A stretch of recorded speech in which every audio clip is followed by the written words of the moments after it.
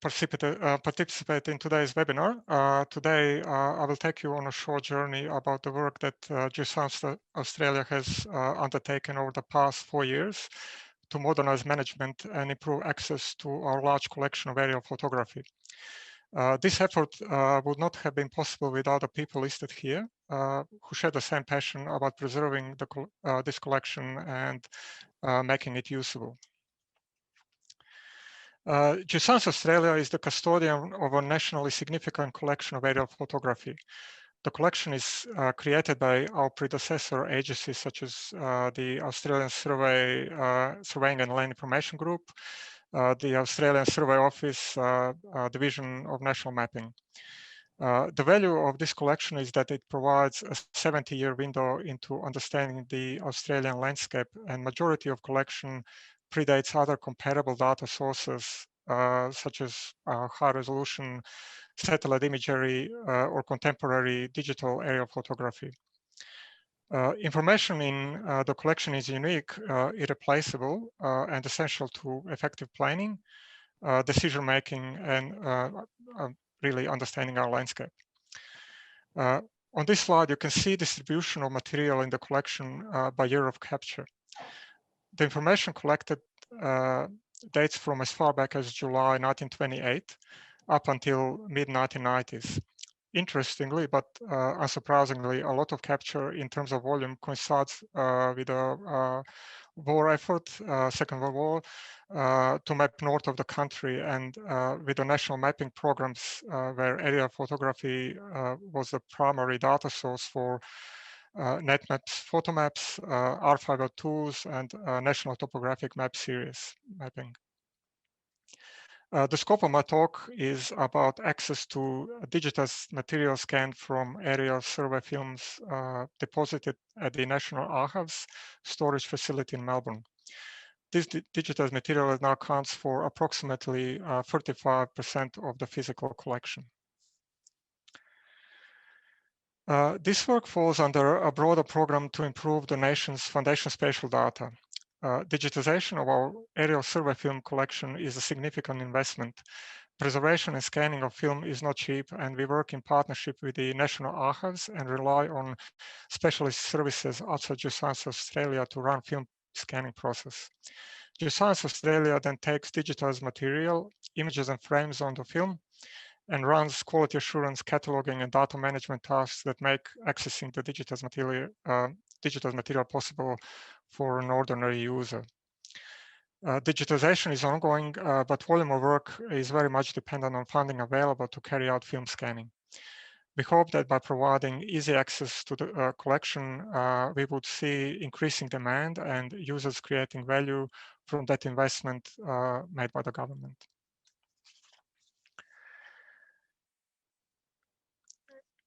Why do we care about old films? It is a perfectly valid question. What we do must have sound rationale and justification. I would say it is typical case of repurposing data for something beyond what the original data capture objective was. It is about using this information to minimize environmental risk to health of all Australians, or to investment of, for example, in infrastructure projects. It is about understanding how our landscape has changed over time. It is about facts to support decision-making and provide certainty. It is a record of our history, and one it is difficult to put kind of price on.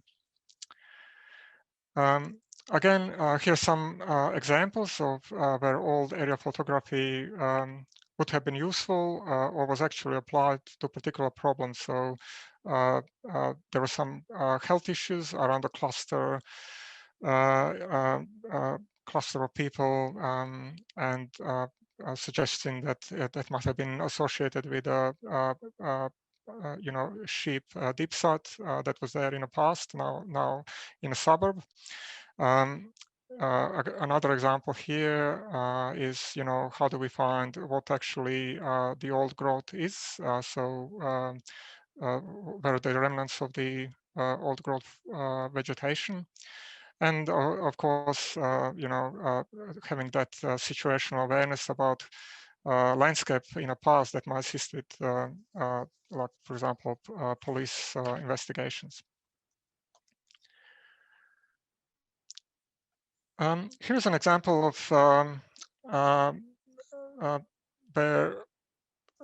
example of some of the typical camera instrument used to take aerial photography from land surveying aircrafts.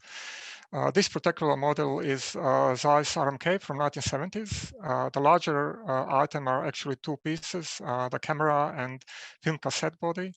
The small box is a navigation module used to determine navigational data required for camera and control unit operation and monitoring of the camera during the flight. This particular setup would also have had a navigational telescope as well as actual control unit, but these two are not shown on this particular photo. Here is an example of the film scanning machine. The same Leica model is used to digitize most of the material in our collection.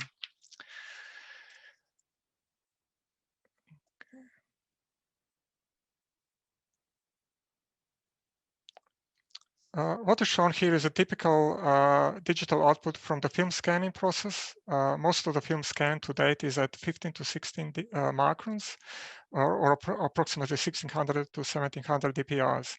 The ground sampling distance, that is the distance between adjoining pixel centers, would depend on the scanning resolution and the scale of the original photography. All the scanned images add up. In fact, there were 3 versions of each film frame. The preservation master stored as lossless TIFF, and preview and thumbnail images of the same stored as JPEGs. With such large volume of data, its management becomes important consideration. However, organizing content around film, physical film items, whilst it makes it easy for a custodian to manage the digital asset, still presents other users with nearly impossible task to of finding images they need. Folder numbers here correspond to barcode issued by national archives, and film frame numbers are embedded in the file name. What is needed is an indexing system that could facilitate search on any metadata relating to aerial survey and actual data capture. This is where flood diagrams, also known as ski diagrams, came into play. Most of the diagrams are organized around existing map indexes and have critical information about film numbers, survey dates, and key flood parameters, approximate location of selected frames, and so on. In essence, they are a depiction of how now digitized data is organized and their approximate geographic location. Unfortunately, many flood diagrams we had access to were not up to scratch to allow reliable transcription of metadata into a structured database. And you can see here a lot of content is not really legible. So we have set out on investigative work to establish what flood diagrams we had at hand and can be related to physical film collection. Here we found a better source. We have rescanned these maps at much better resolution and in color. And that's not all. We have also georeferenced them to enable display in geospatial systems and then capture actual flood runs and frame centuries in a database that will enable spatial indexing and search of the collection. It was by far the most time-consuming effort because we needed to create a seamless database joining all flood runs whilst ensuring logical consistency. We also needed to recalculate intermediate frame centuries because these shown on flood diagrams show about every 5th frame along that run. We did not expect to find so many flood diagrams, and it took time to reconcile all that we now know and identify the best source. There are almost 11,000 such maps that have now been reconciled and cataloged to create a single authoritative catalog to which we could relate our aerial survey film collection and all of the digitized material. I have to stress that maintenance of the catalog is an ongoing task. There is always something new being found, or errors in the original diagrams or the transcription process to fix. But we have reached the critical point of it being fit for purpose. Once metadata is organized in a structured database and georeferenced, it is relatively easy to generate all sorts of views of the collection. Here is the distribution of all film frames by geographic area.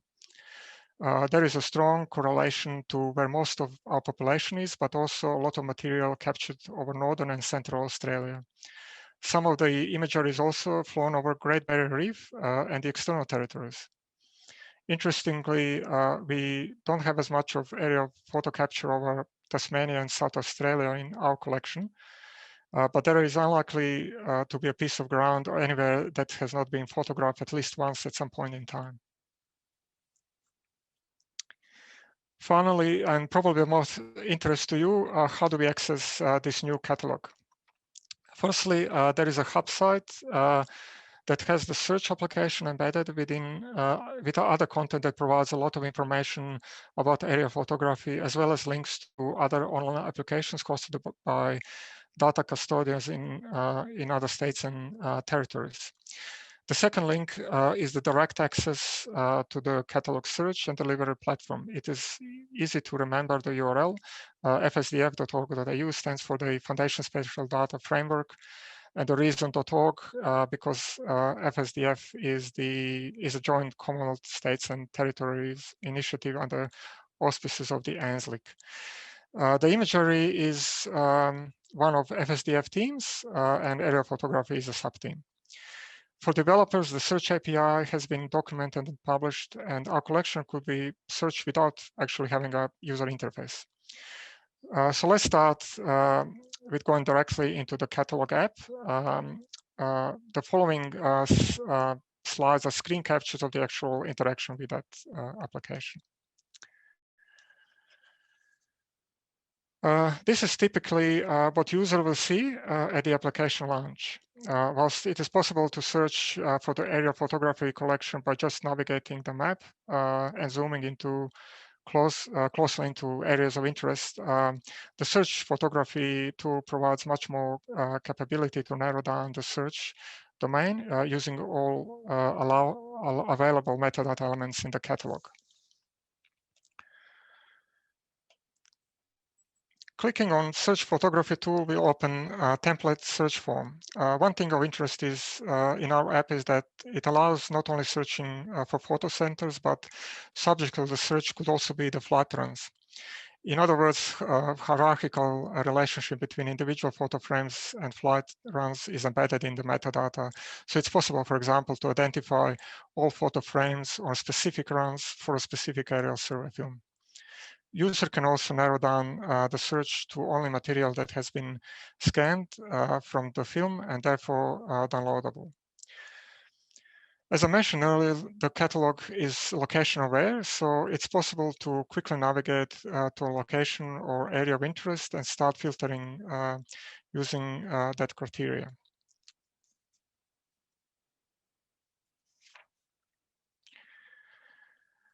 Let's say we are interested in an area of photography around Townsville. As user starts entering an address or a place name of interest, predictive text input presents a list to pick from. Let's say we are interested just in a place name, which is now highlighted in a slide.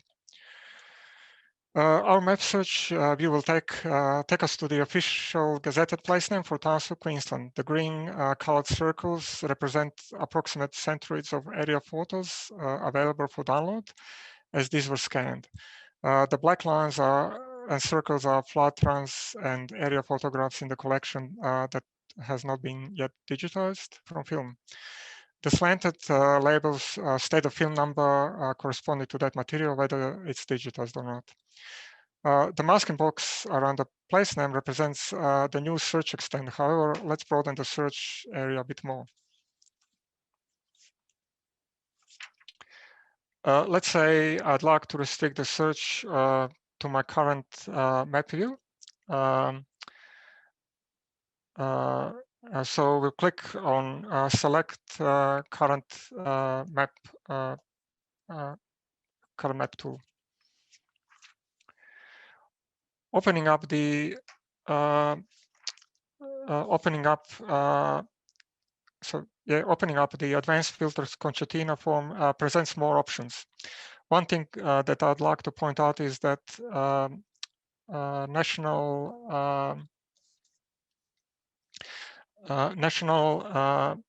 Library Australia Bibliography Identification Number or BID field that can be used to cross-reference material in Geoscience Australia's catalogue with related material in the National Library's catalogue. Let's say I want further refine my search, and I'm happy with to run with the existing search parameters. Clicking the search button will initiate the search. Because we are dealing with potentially many returned objects, results of the search are paginated. Users can easily see where material in the collection is for results on each page. Highlighted elements in the map will correspond to records listed in a search page. Here, let's say I'm actually interested in this particular area photo frame taken over Magnetic Island in July 1974. Related photo centers are labeled in a map view with film number, flat run, and actual frame number. By clicking on the retrieved record, I can easily see all other metadata information about the item, and that might help me make an assessment. For example, the project name, what type of camera was used, and to take the photography, flight altitude, and so on. Scrolling further down the list will reveal a preview image if film was scanned. This preview image can be downloaded in full RF master resolution. Note that orientation of the image, top of the frame is actually eastern side of the island, and looking at the image alongside may provide context to users around correct orientation. We have not applied any corrections to image orientation because this is the preservation master. We have made a decision not to reprocess scanned imagery to optimize online delivery or reduce cost of storage to us as the custodian agency. We want users to have access to the best available material, no compromise kind of thing. By clicking on the image link, this will commence download of the image. Here we can see progress of the download. This particular file is approximately 250 megabytes in size. Here I have the same image opened in an image viewer because I know the top of the image is pointing east. I could here, for example, decide to rotate the image clockwise to correct the point to the north. Let's zoom further to a circled area. We are looking at the Horseshoe Bay. Here is a closer view of that same image. It appears to be a cricket pitch with the Horseshoe Bay Road cutting across the photo and Magnetic Island National Park in the upper left corner. Finally, we really value feedback. In designing this new search and data delivery app, we look for kind of best examples and taking what we saw as into building our own implementation. We're also mindful there will be issues with metadata in our catalog, and would really appreciate it if users report any errors or problems so we can review and fix them. The best way is to report via a function already built in the web application by clicking on the give feedback in the banner. This will launch a feedback form in another browser tab where the issue can be reported, or just leave a feedback around your experience using the app and the actual data. This concludes my presentation today. I'm happy to take any questions either now or follow up by email after this event, if that might be more appropriate. Thank you.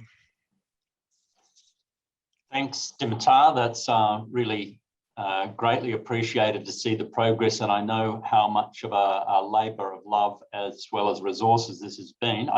There aren't any open questions. I did have one, and that is, how would you describe the progress on the future or scanning of imagery into the new delivery system? Yes, so I would see we will have like probably reinstate another digitization program. You probably heard in the news there was some funding for the archives around the the old material. We're working with colleagues there to see whether that will also cover aerial survey film. In the past, we also used kind of funding that was unexpected. For example, there might have been some underspends within our foundation data program that we put towards scanning and then making that data available. But yes, so that is that aspect, and also down the track, actually trying to build like image service, the actual spatial data out of those picture kind of stamp postcards or whatever you call it into kind of mosaics, image mosaics that could be actually used with modern spatial systems. So we be looking, and we actually do prototype processing of those images into creating like 250,000 scale map sheet kind of index corresponding to 250K map index mosaic of that survey capture. And down the track, we will be making that available as well on top of the actual preservation master downloads. Yeah. And we did have one question here, quickly, if I can. It's and from another Martin von Wies. Did you say some of the images users can download are geo-referenced? The example didn't appear to be. Okay, so the images, the actual frames, so the scanned images, they are not georeferenced. What I talked about is georeferenced flood diagrams. So these are not yet available. The key diagrams, they're not yet available for download, but we will be making those also available for download as part of the improvement to the catalog. So for example, if a user finds some material in a catalog they're interested, there will be also, in addition to scan photography, they will be able to download flood diagrams which have been georeferenced. Okay, that's all we've got time for on your presentation, Dmitar, but